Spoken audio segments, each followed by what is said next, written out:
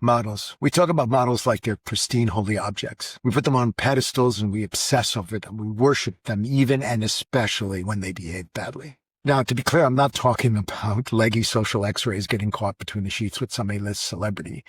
I'm talking about statistical models behaving badly between the spreadsheets on Wall Street.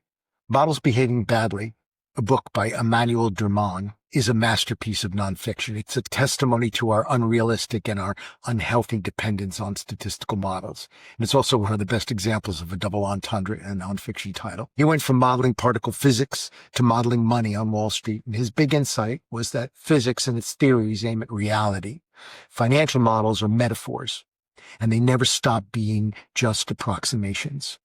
All models behave badly eventually. It's like a little paper airplane that we fold out of reality and then we act surprised when it doesn't fly to the moon. And it's the same is true for people. You see a photo of someone and you assess that photo. It's a 2D model of a person, a flat projection of a complicated multidimensional human being compressed into a rectangle on glass. And then you meet them in real life and suddenly it pops into 3D. You have height, posture, what they're wearing. Do they command the room or do they disappear into the wallpaper? That adds the dimension of time. Now you're in 4D.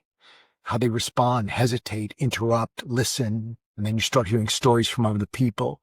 He's twice divorced. She's got 3 baby daddies. They have a house in the Hamptons and Aspen. Now you're quietly stacking extra dimensions, 5D, 6D, 7D.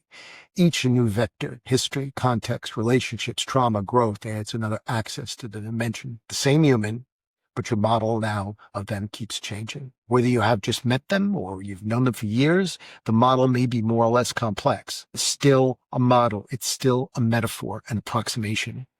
It's a projection and a byproduct of your perception, which we've already established is subjective. The more dimensions we add, the deeper our understanding and the more complex the model. Also, the more invested we become in our model. And the more resistant we are to let go of the pre-existing dimensions that we've worked so hard to create. But here's the thing. You're not wrong. Your model was just incomplete. It's always incomplete. It's always under construction. And you should be able to reassess the person or the situation in its entirety without shame, guilt, or ego. When you remove ego and become the observer of your own life from the outside, you can embrace your model as incomplete instead of inadequate and celebrate the construction of a new one without shame instead of resenting the destruction of the old one with guilt or resistance. Ultimately learning to love being wrong about things because without ego, it's just another form of learning and growth. And that's a little food for thought.